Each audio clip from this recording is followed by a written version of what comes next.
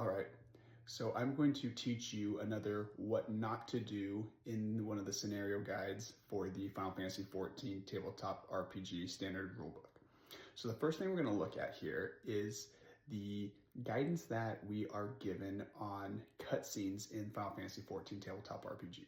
And as you can see here, this has something that states players are not allowed to interact with what's going on in the cutscenes. And so first thing I want to talk about, and that's probably the only thing because there's way too many, and I'll probably just do a full-length video as to how to fix all this stuff.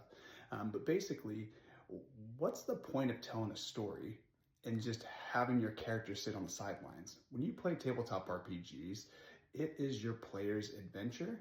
And I understand wanting to tell a story, but not letting the players interact with some bad guy who's monologuing, or to just sit there and let them just watch a scene play out without having any agency is, in my opinion, kind of a negative focus.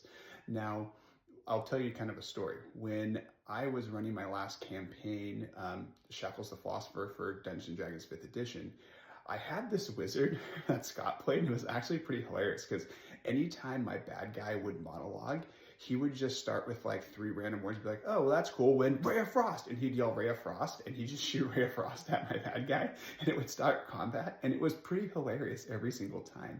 But that's something I let him do because that was part of his character, and the other party knew that it was coming. So that is going to be just my tip for today. I was planning on going a little bit more into detail when it comes to some of the other parts of this scenario 5 in the our standard rulebook.